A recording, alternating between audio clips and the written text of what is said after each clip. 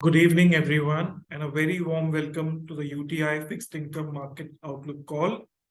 We will be discussing the events which unfolded in December of 2022 and our views going ahead and what are the right product offerings to consider in this macro environment.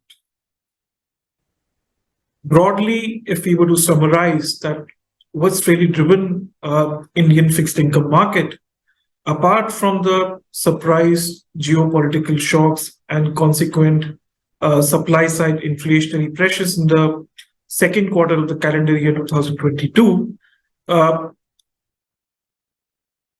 largely the policy action across the world, including India, was driven by global interest rates.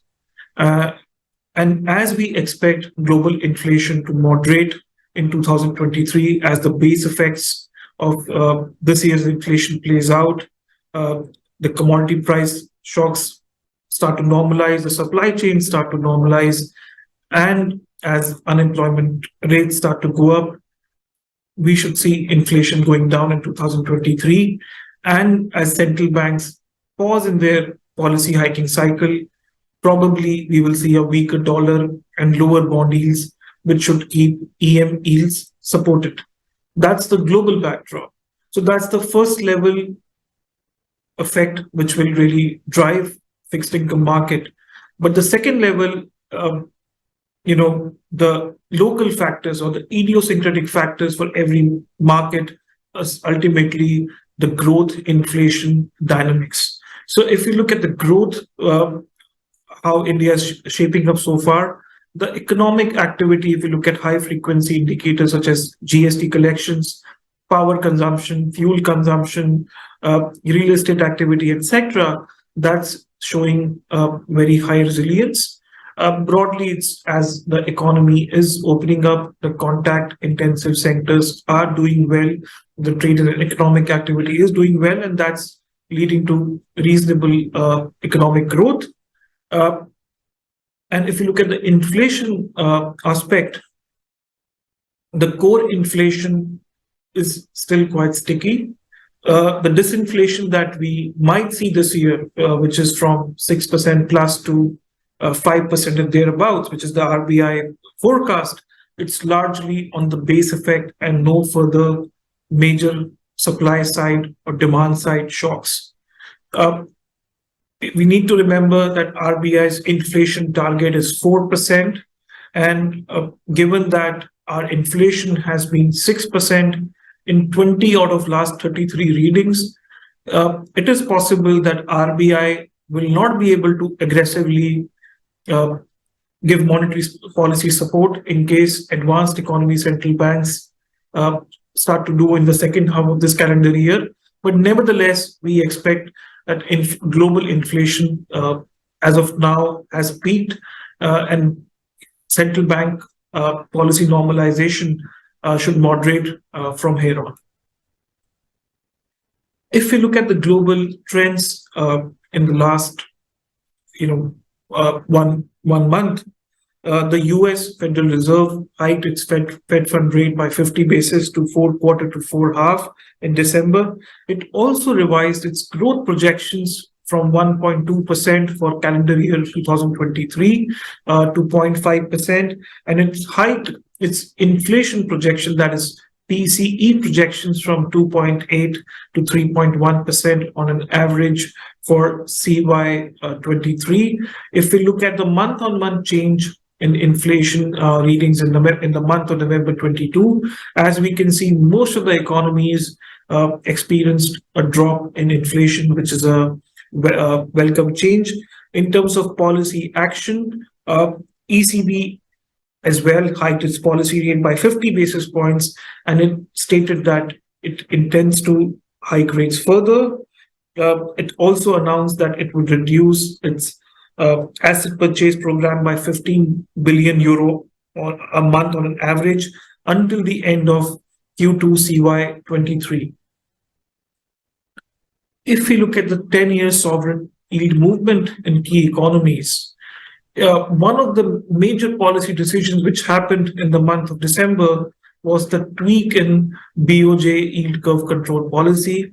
If we would recall, Bank of Japan has been maintaining a yield curve control in the 10-year benchmark at plus minus 25 basis points. That means it has allowed to trade the 10-year Japanese government benchmark between 0 to 25 basis. In case it starts to deviate from that level meaningfully, the Bank of Japan has intervened and ensured that the 10-year Japanese government bond benchmark trades within that range.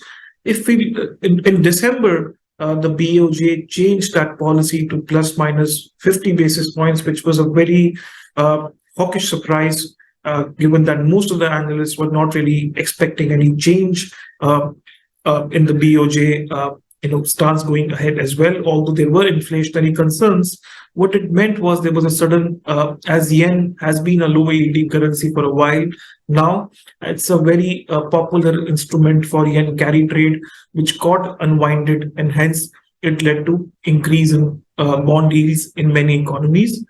But if you look at the table, the most interesting part of the move is actually not the Japanese bond market move. It's the German bond market. If you look at the move in the German 10-year bond, it's been 64 basis points.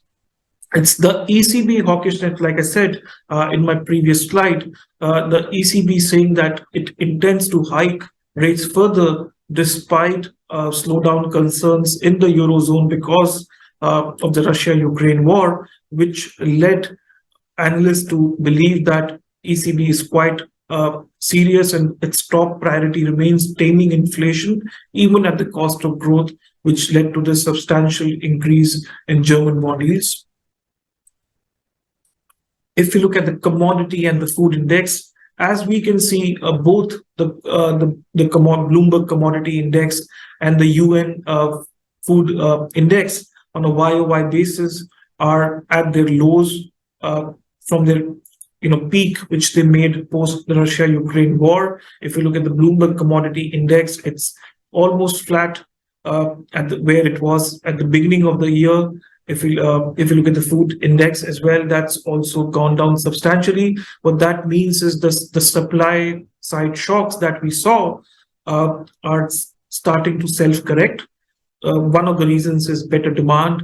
The second reason, of course, in terms of commodity is also global slowdown concerns coming from the advanced economies.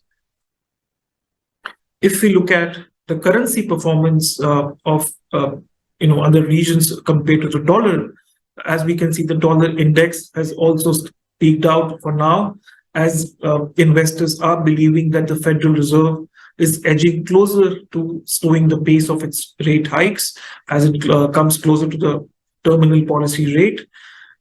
USD's further direction will depend largely on Fed's ability to contain still high inflationary expectations and eventual ease of policy rate. What it really means is, yes, right now on base effect as well as sequential momentum decline in many commodities, inflation has started to slow down. But we need to remember that the target for US inflation, which Fed wants to achieve, is 2%. So till investors expect that the US inflation is reaching towards the 2% goal, till Fed also believes that, until the data is pointing towards that, that's when we will see the main inflection point for dollar against other currencies. And that's when we can expect an ease in policy rates compared to a pause for now. Coming to the domestic trends, as we can see, if this the orange line was last compared to the last year, and the two blue lines are as the end of November and December, there was not material change in the sovereign curve levels between November to December 22. If we look at from December 21 to December 22, there is a substantial change in short-term bond yields, and the curve has flattened. There were two reasons. One is the sharp escalation in RBI policy rates. As we would recall, the effective policy rate for the Indian economy, at least till April 2022, was the lower bound of the interest rate corridor, which was the reverse repo rate of 335. So the effective policy rate was close to 335, which is now become around 6 quarter. So there's almost a 300 basis points rate hike. In that kind of a interest rate move is the short-term yield curve, which gets corrected. As we can see in the table, the 10-year GSEC rate has gone from 684 in March 22 to 733, so largely a move of 50 basis points. But if you look at, for example, a 5-year GSEC, it's moved from 633 to 723, which is a move about 90 basis points. And the 1 year, which has moved the most in terms of basis points, almost correcting by 250 basis points. The second reason behind the flattening of the curve is if you look at the trend in the market borrowings by state government and union territories. If we look at this table signifies the announced SDL borrowing at the beginning of every quarter and the actual borrowing against that announcement. If we see in FY 2021, in the first 9 months of FY 21, the actual borrowing of states was about 110% of the announced calendar. If you look at even in FY 22, that was around 82%. But if you look at 9 months ending FY 23, it was just 70%, which is its 3-year low. One of the reasons behind lower market borrowing by state governments compared to the announcement was preemptive GST devolution by the center to the states, which kept their cash position quite comfortable, and they did not have to borrow aggressively. So what really happened was there is certain demand which comes in the state government bonds, which comes from the pension funds, the provident funds, and the insurance companies. Since that demand or the supply was not fully meeting the demand, that demand shifted to the long end of the central government borrowing as well, which led to some amount of flattening in the sovereign bond yield curve. If you look at how the inflation is panning out, if you look at the CPI came about 5.88% YOY in November. It was below consensus expectation. It was largely driven by veggie inflation, which was slightly outlier compared to its usual seasonal decline. So we need to see whether it continues to sustain or not. However, if we look at the core inflation, that continues to remain sticky and higher than 6%, which leads us to believe that RBI, despite growth concerns globally, will have to do maybe a 25 basis further insurance hike in the February policy to maintain a certain positive real rate and also to contain inflationary expectations. In a supply side shock, it's very difficult for a central bank to hike very aggressively and to change the trajectory of inflation, but it's through this maintaining a certain real rate buffer and maintaining it for longer is something where you kind of anchor inflationary expectations. We think that's what RBI is looking to do. If we look at like we discussed in the global trends and when we saw the Bloomberg Commodity Index and the food index, that decline in primary articles is coming and reflecting in the WPI inflation. The WPI inflation reduced to a 21-month low to 5.85, and led by a sharp decline in vegetables as well as core inflation. If the current decline in WPI continues, we might see some of that pass through happening in core CPI as well at some point of time. However, it will still, given the amount of activity in the economy, it will take some time for the core CPI to come down. This is a snapshot of foreign trade aggregate for India for the month of November 22. As we can see, the trade deficit improved in the month of November 22 from $27.6 billion to $23.9 billion. One of the reasons, as we can see in this table is that oil imports fell from 18.2 billion to 15.7 billion, which was largely on the back of lower crude prices. So yes, on an inherent basis, there is not a material difference in the quality of trade balance for India. If you look at the non-oil exports, yes, they grew in from October to November, but we need to see how much of it can sustain, given that we are expecting a global slowdown. If you look at non-oil imports, they still remain quite sticky, compared to even last year. This is what, so it's not just the oil imports, which is a worrying factor for India. It's also the non-oil imports, as the growth remains quite resilient in India. The non-oil imports continue to be quite sticky, putting some pressure on the currency.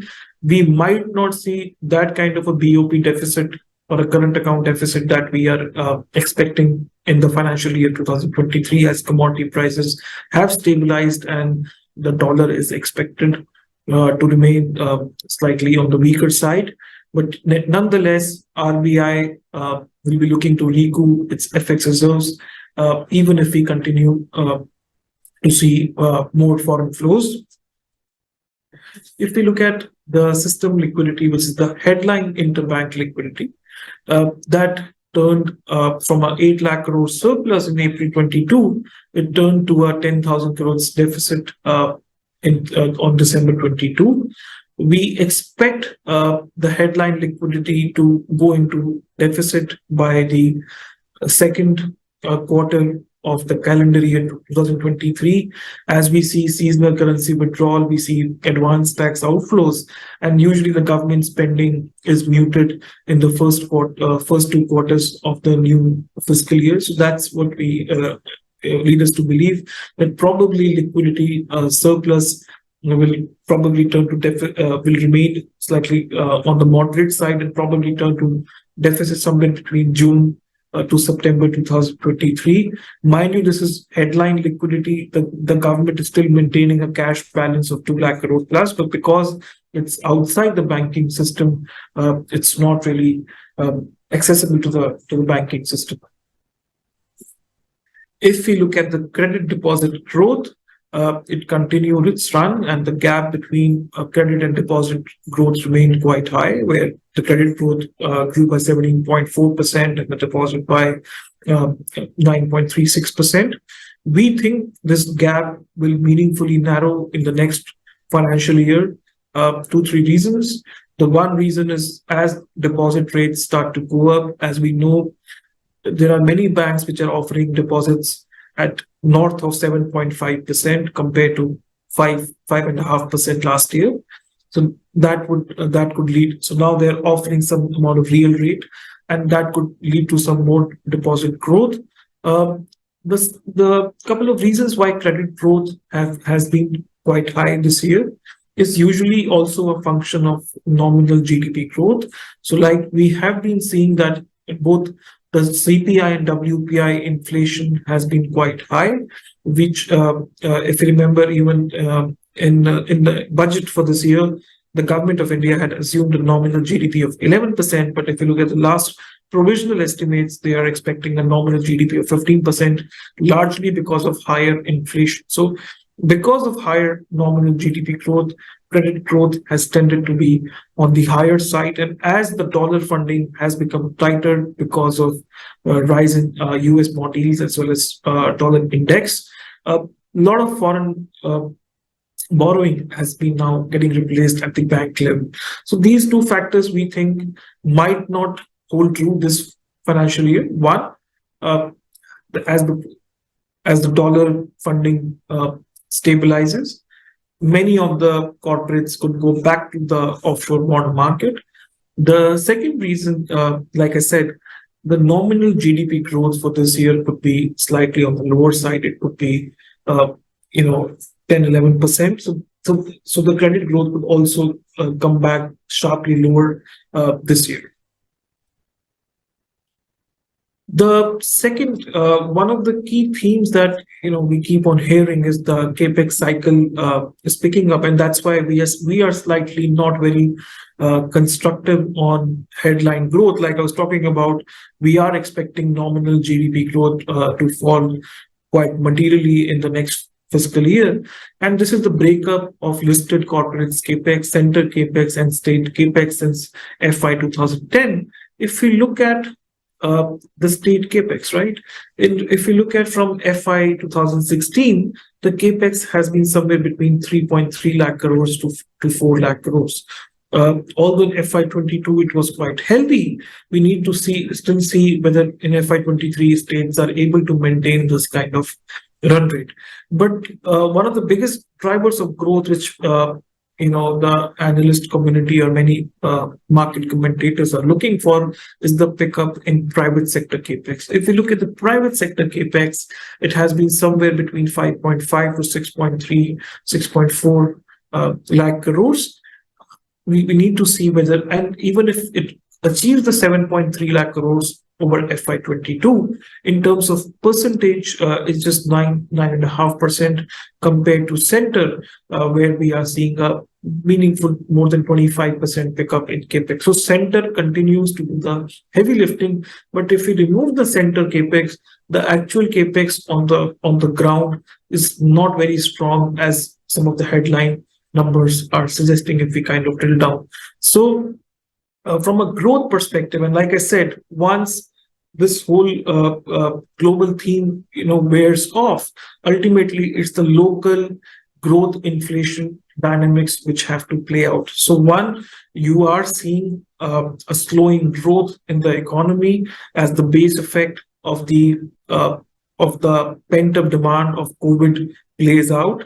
The global slowdown continues, and you also seeing inflation starting to moderate, but not reaching 4% in the near term. So what does that mean for the Indian bond market, and what kind of fixed income products are we finding attractive? If we look at the valuations of 3-year AAA PSU bonds, and or even if you look at the 1-year CD versus the policy rate, and this is a period of almost 10 years, they're almost in line with their long-term valuation. If we look at the period from Feb 2020 to somewhere between Jan 2022, there was a large amount of period where some of the yields were, below, slightly very tight compared to the policy rates because of very low, very high liquidity. We were in a period of exceptionally low nominal policy rates. Now, if we look at the shape of the yield curve, assuming a 6.5 kind of a terminal policy rate, a 3-year AAA PSU today is trading somewhere close to 716 and thereabouts. So it's giving a very attractive spread if you look at the long-term average. If we look at the 1-year CDs as well, because of low credit growth, banks were not issuing CDs very aggressively. And this is for the first time in a long time that they have come to the CD market, and they are raising money through the institutional market as well, which has made the 1 to 3 year part of the curve quite attractive. So to summarize how we would like to think of the market right now, was the year 2022 was a period of policy normalization. It was a period of repricing of bond yields, naturally subpar returns, and flattening of the yield curve. We think there will be periods and on and off episodes of rally and some sell-offs as the market continues to digest the news. But broadly, markets will remain range bound in the near term as per our opinion, because we will need central banks to sincerely pivot. So by pivot, when some people talk about it, it means a step down of policy rates from 75 to 50 and probably 25. The one pivot would be to hold the rates for some time, and probably the start of the rate cut cycle. That's a true pivot, because if you have come from an interest rate hiking cycle, that's where one can see some capital appreciation. So it's largely a period of steady accrual. We should not expect any meaningful capital appreciation, at least in the near term, till we see a decisive pivot from central banks, a decisive shift in inflationary expectations. The good news is, in the last 1.5 years, the bond market has corrected meaningfully, especially on the 1 to 3 year segment, and it's largely pricing in the consensus RBI terminal rate, which, like we said, is closer to 6.5. If for investors who can tolerate some amount of intermittent volatility and they have a 6 to 12 months horizon, low duration and money market strategies so like I said, given that 1 year, 6 months to 1 year money market rates have corrected very, very meaningfully in the last 12 to 18 months and are looking quite attractive, they can consider allocation there. For investors who have a 3 year horizon, we think short-term funds or any intermediate duration strategies, which is between 1 to 4, depending on whether the investor wants to get into an actively managed or a passively managed category, we think they are offering very reasonable starting levels of yield. And as the global momentum shifts towards slowdown from a period of inflation, it is also giving you an opportunity to participate in downward movement of yields if global inflation pressures cool off. Why we are saying the 1 to 3 year segment is looking attractive is, if you look at the current shape of the yield curve, which I will refer back again, there is hardly any, and this is a sovereign bond curve. And if you look at the 3 year, AAA rate, at least as of December 22, it's not materially changed since then. Even if you look at 3 year AAA, it was trading around 7.4, and the 10 year GSEC as of December 22 was trading at 7.28. So from a risk reward perspective, a 2-3 year today is offering you a same level as compared to a 10 year duration, so 10 year maturity. So from a, if one has to take a call right now, it's better to allocate to this kind of category, because given the amount of demand supply, these valuations on the government bonds look, there could be some amount of volatility that investors could expect. We are still not close to our inflation coming off, and that's why moderate duration is more suitable at this point of time. That was broadly from my side.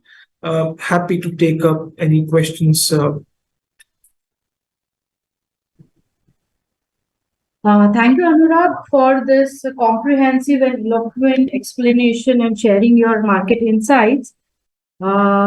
I would request our participants to keep sharing your questions on the link provided to you. In the meanwhile, we'll start taking up the questions which are already queued up. So our first question is, while the market belief is the rate is going to be peaked in the next MPC meet, but do you see MPC halting rate hikes because the service inflation is going up, or because of the increase in wage inflation? The ISM service index of US has shown some contraction in the level. So how do you see its impact on the Indian bond market? So like I said, there is an element of slowdown which we are witnessing globally. However, for Fed to take a view that they are comfortable in the way where inflation is headed. So like I said, their target inflation, at least as of now, is 2%. If you look at their own estimate, which they gave in December, the core inflation which they are looking for 2023 at an average is somewhere close to 3%. So they probably need to see more weakness in the labor market to really determine whether inflation is getting towards the target. So there are two parts to this inflation issue. One is whether we have reached peak inflation for now. Probably the answer is yes. Whether we are getting to the 2% inflation, that's something which we have to determine. So I think that's where we need to see whether we are reaching. I think that's where probably the Fed will like to err on the side of caution and will wait for decisive data points to before taking any policy action. On the MPC part, so like I referred to, the on the CPI side, Indian inflation is expected to be somewhere between 5 to 5 quarter, assuming there are no exogenous supply shocks. So hence, it is prudent from RBI perspective, from at least in our opinion, that they hike by 25 basis so that even if inflation were to surprise a bit on the upside, because the core inflation still continues to be 6% plus, it gives them a sufficient window and a gap to maintain that for longer, from a point of view of macro stability, from a point of view that they are serious about maintaining a certain inflationary trajectory, which is pointing towards 4%. Especially that would have been maybe not that relevant in the post-COVID world, but as we are getting from the normalization and post, now of the economies of the various policies, now that inflation targeting has again come back into play. Thanks for that, Anurag. Our next question is from a viewer who wants to understand when the interest rate cycle turns, how should we keep our return expectations and when to exit the funds which are brought some gains from the turning of interest rate cycles? So your views on. Right. So like I said, so there are two again. So we have to differentiate between a long pause and a turn of the interest rate cycle, which is typically starting by maybe a change in the policy stance, maybe a change in the liquidity, or probably followed by rate cuts. Right. So as far as the current and given the way the global economy has been quite unpredictable, I would refrain myself in giving a very 3 6 month kind of a view. So I think at least in the near term, we should expect RBI to hold to hike to whatever the terminal policy rate is, and probably hold out there for some time till they see inflation decisively moving towards 4%, right? So assuming that you are in a higher for longer regime, just like in COVID times, you were in a lower for longer regime. That is, you had a low nominal policy rates, and RBI maintained that from March 2020 to April 2022. Similarly, we could see some time period in the situation where RBI hikes to a certain level and maintains that high nominal policy rate for a while. But as an investor, what that mean for me? So mind you, even next year, the fiscal deficit is somewhere likely to be between 5.7 to 6%.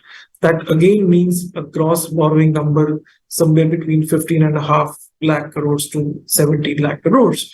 That does mean in a period of reasonably high policy rates, you have a huge government bond supply still to address too. So in this kind of a framework, and like I explained, from a valuation standpoint, the 2 3 year part of the curve is looking quite attractive. That's where we are building our portfolios in our various intermediate duration strategies. So from an investor standpoint, one can look at funds which are maintaining duration between 1 to 3 years. Coming to your second question is what to do when the interest rate cycle turns.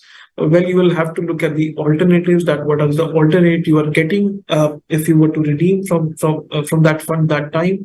But if you think that you are getting a reasonably good carry at that point in time as well, there is no adverse view on inflation, I would suggest that at least this is a good time to lock in these kind of yields, which we are seeing after a long time. I mean, if you look at even whether 3-year AAA bonds or even 5-year bonds, after 2018-19 is when you are seeing these kind of high absolute levels. So this is, I would say, this is probably not a time to think about capital gains, but to just stick to the asset allocation and lock in these yields. Thanks, Anurag. Moving on to the next question. So, one of our viewer would like to understand. So, can revenge consumption in China re-escalate commodity prices, especially oil, and how is it going to impact India? That's a very good question and a very valid point. There are concerns that, yes, as China comes out of its zero COVID strategy, there could be some demand for primary commodities, including oil, which could be an issue for emerging markets such as India. So, to be honest, so yes, there is a increase in intensity which we can expect from the Chinese demand compared to the periods of 2021 and 2022. To be honest, actually, China has been in a kind of a shutdown since 2020. So it's almost been a 3 years of shutdown. So what we believe is, if you look at Chinese growth rates, right? I mean, and if you see from 2009 global financial crisis, so from 2009 period to 2018 period, China was in a very high growth trajectory of growing on an average over 6%, compared to the last 3-4 years where it's been growing in the very low single digits. So it depends. So there is also an element of decline in potential output for the world, including China. So the kind of growth rates that China or any country could see during, let's say, period till 2015-16, that same growth rate probably cannot be continued at the same level of interest rates or at the same level of fiscal deficit. So unless and until China goes for a massive fiscal stimulus, so far they have not given any indication. It's unlikely that they will be able to experience that growth, which really spikes up commodity prices. So yes, there will be a incremental increase in commodity prices because of Chinese demand, but it could also be offset by better supply, because these prices, these higher prices could attract some supply as well, which is not there in the market. But yes, on the margin, it will be inflationary. But I think the intensity of the inflation because of Chinese demand could be lower than what we have seen historically. Yeah. Thanks, Anurag. We have a good lineup of questions ahead of us. And moving on to the next question. What is the stance of RBI on upcoming rate hikes? And do you see Indian equities outperforming global markets in FY23 vis-a-vis debt market? And what sectors do you see will be more immune to these kind of rate hikes, inflationary situations? Thanks for that question.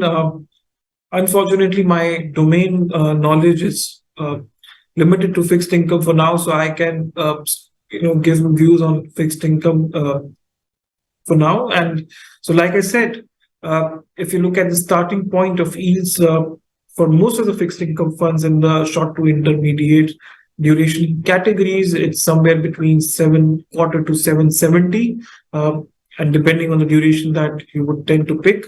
So, and by intermediate, I mean somewhere close to between two funds which are running 1.5 to 3 years kind of duration.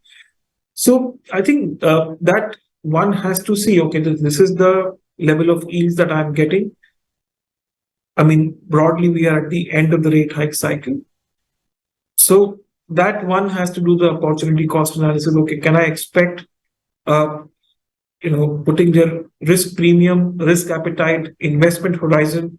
So all these factors also come into play. So if you have a short-term horizon, anyways, that means I think it's better for you to invest in debt rather than look at just equity. So I think it's not really a call. I mean, if you have so equity is more of an asset allocation and a wealth creation tool rather than a binary between fixed income and equity. I mean, at least that's how I look at it. Thank you. Yeah, thanks, Anurag. Moving on to the next question. So, a viewer would like to know, does the roll down strategy make sense at current juncture with 3 to 4 years kind of horizon? And also, if you would like to share some views on allocation to target maturity funds or FMPs in this tenure. Uh, So given the starting point of yields, like I said, most of the, if you look at the 3-4 year parts of the curve, they are trading, AAA PSU bonds are trading somewhere close to between 7.5 to 770.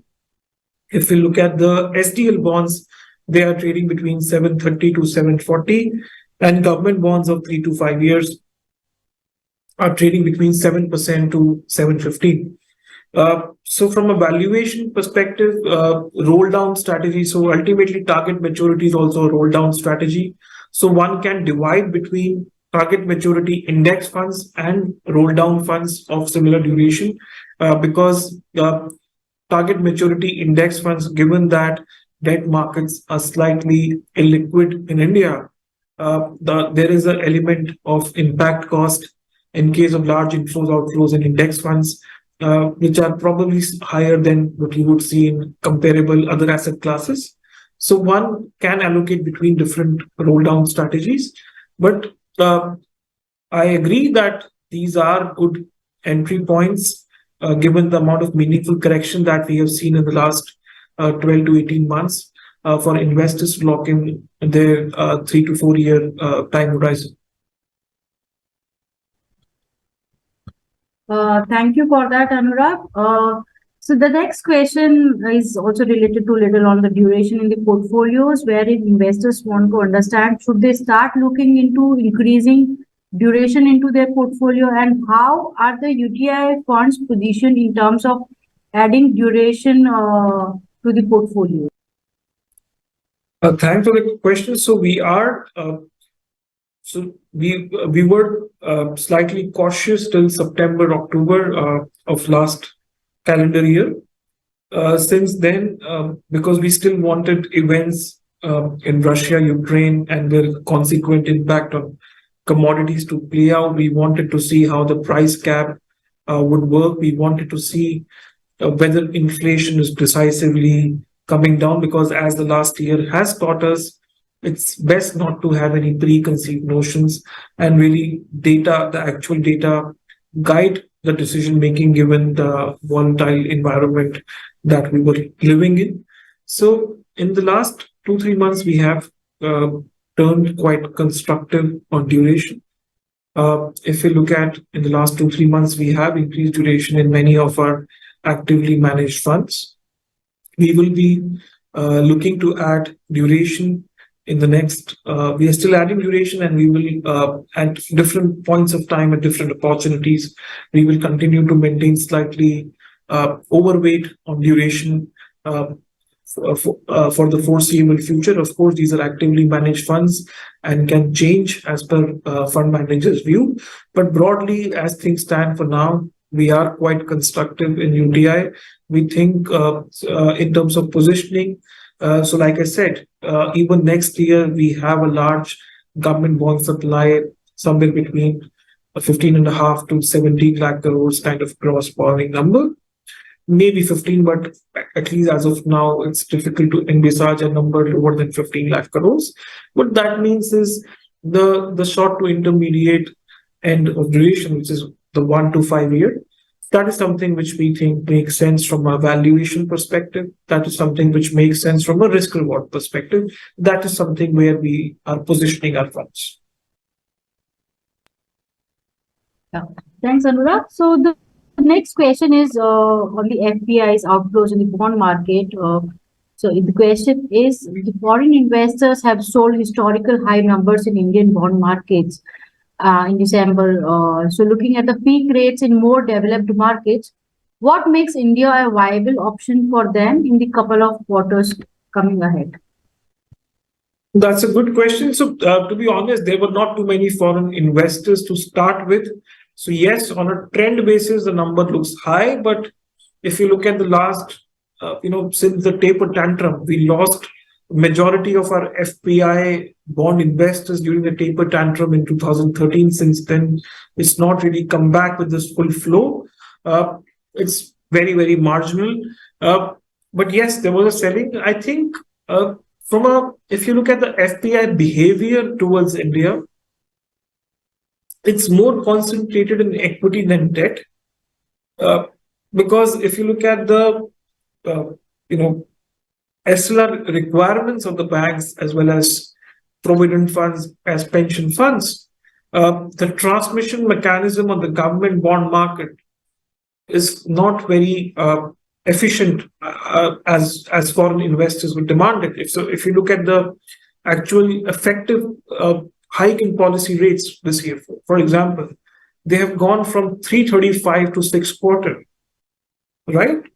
Since April. What's the change in government bond yield? The government bond yield has changed from 680 to 730, so there's 50 basis points. So, but foreign investors, when they look at various markets, they look at where the inflation is, where the change in policy rates, the current account deficit, public debt to GDP, etc., and the risk reward. So, for that, on an absolute level basis, for now, India is not really offering from a fixed income standpoint. At least that's the feedback that we get. That's our opinion. Again, we cannot second guess or predict FPIs what they would like to do in the next 3 to 6 months. But probably, I think once we have more certainty on the inclusion of India in the global bond indices, that's where maybe we think FPIs, because they have to maintain allocation in line with index, that's when probably they will start to take Indian bonds more seriously.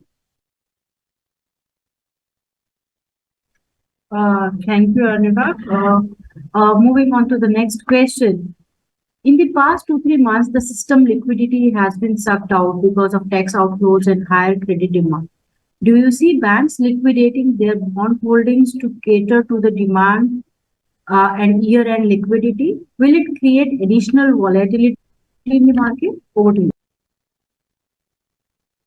you. So liquidity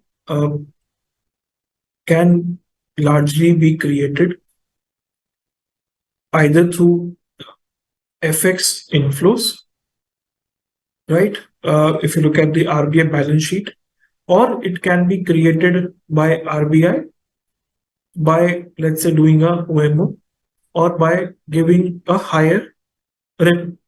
That's a more temporary liquidity, but the higher, I would say, permanent liquidity is through FX or through open market operation.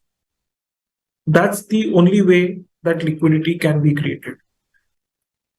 Liquidity can't be created by selling bonds and then deploying in credit. That's left pocket, right pocket. So if a bank has to create liquidity, I mean, even if you raise deposits, right, it's just the same liquidity. So the same, let's say, if investor X was holding money in savings account of a bank, and the bank offers them a great fixed deposit rate, and the investor X moves money from savings bank to fixed deposit, that's not creation of any liquidity. Or the bank would even sell GSEC. Ultimately, someone would be buying that GSEC, right?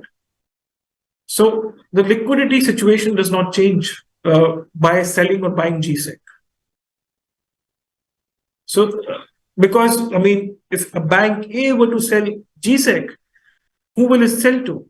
The bank A will sell GSEC probably to an insurance company, either to a bank B or to a mutual fund. So liquidity as a whole at a system level is still back to square one. So the liquidity can either come from FX operations of the central bank, or it can come from the bond operations from the central bank. That's the only way. So if and like we said in our call, as of now, liquidity at a system level is still positive because of the month-end government spending. At a headline level, probably there will be some days where liquidity goes into negative, but for a consistently liquidity to go into negative, probably it's a more of a second half story than the first half.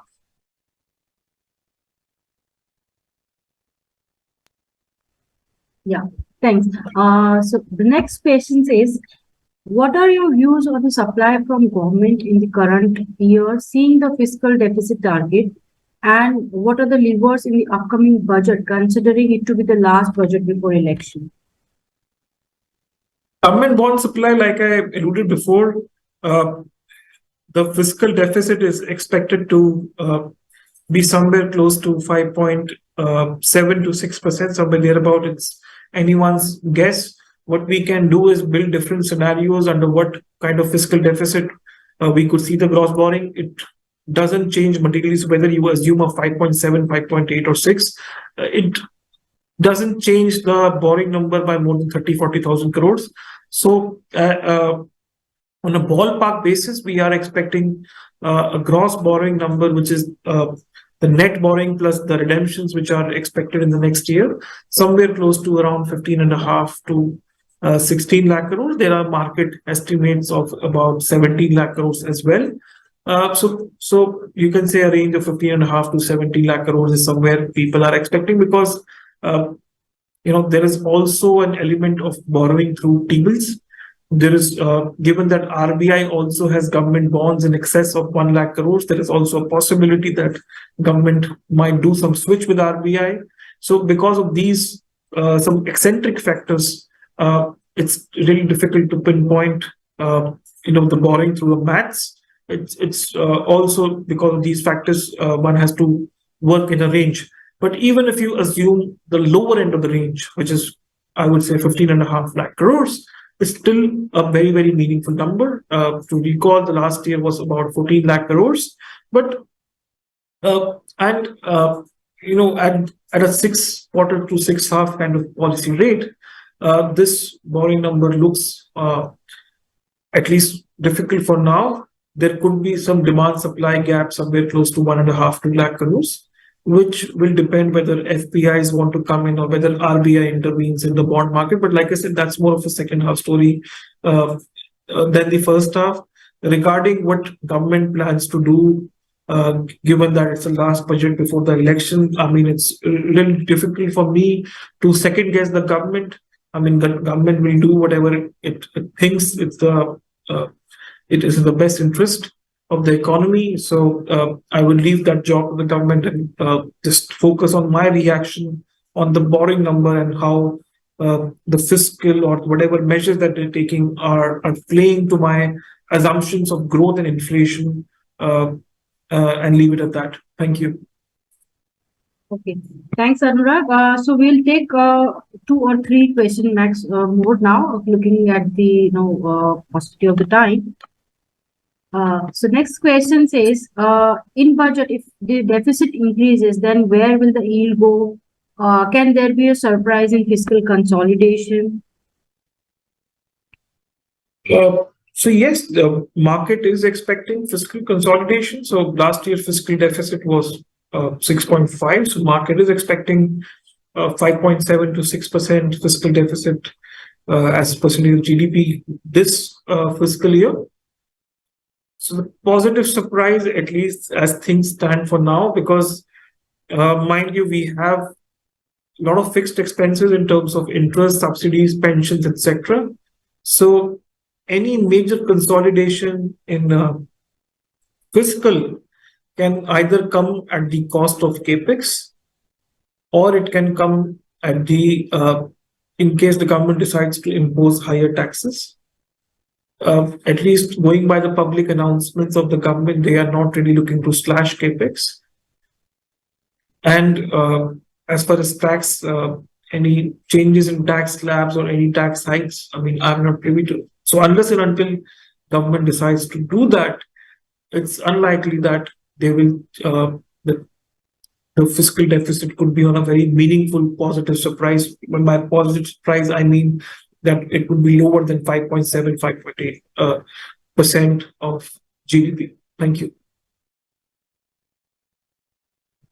Yeah, thank you. So the next question is, since we are heading towards terminal repo rate, what an investor should do who is invested into floater funds, and is it prudent to remain invested or put fresh money in this category?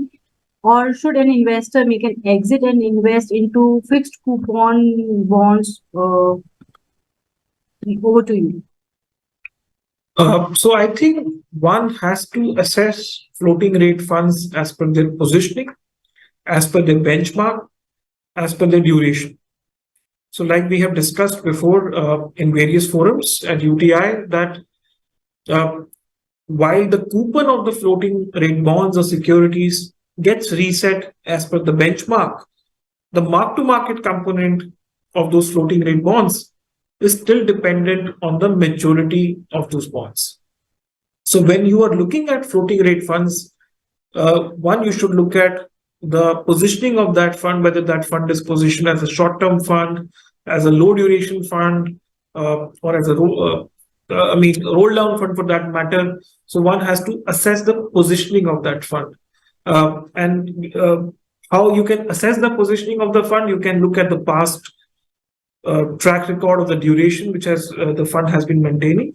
You can look at the benchmark that the fund has. So in case the fund has a benchmark of short-term fund, uh, that means largely that the fund is running a short-term fund positioning, which is let's say 1 to 3 years.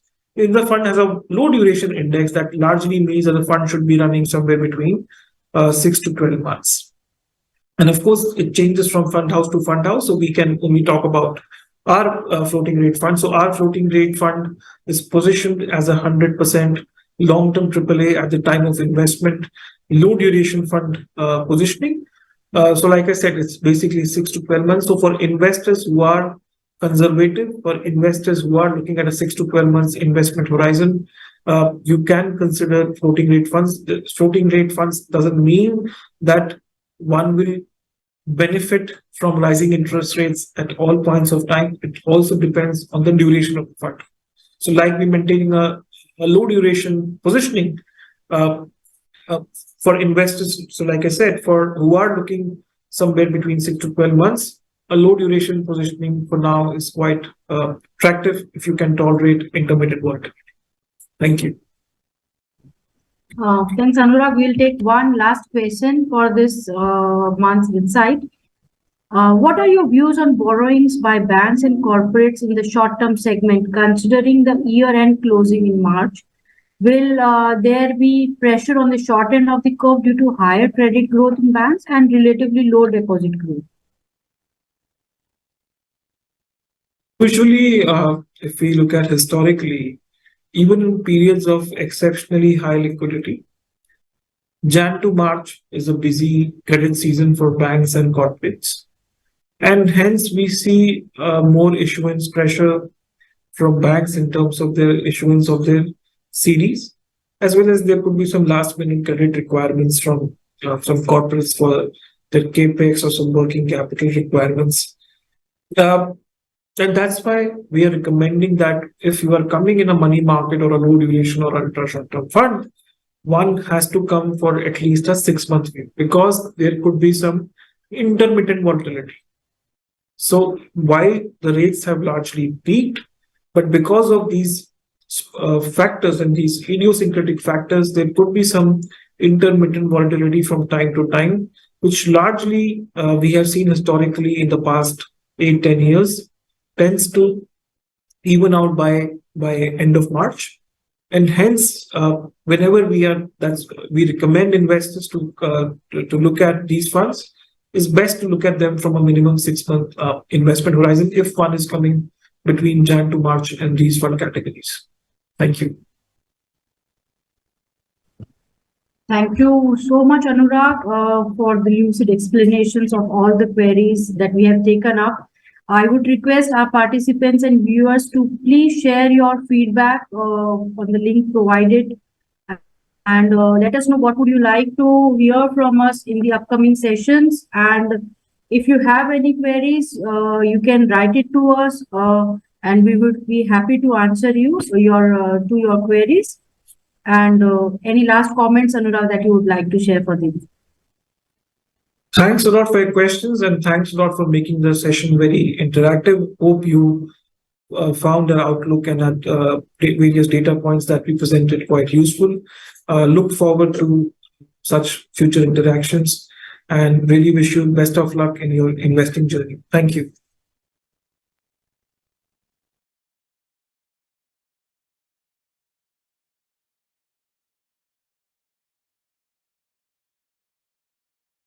Mutual fund investments are subject to market risks. Read all scheme-related documents carefully.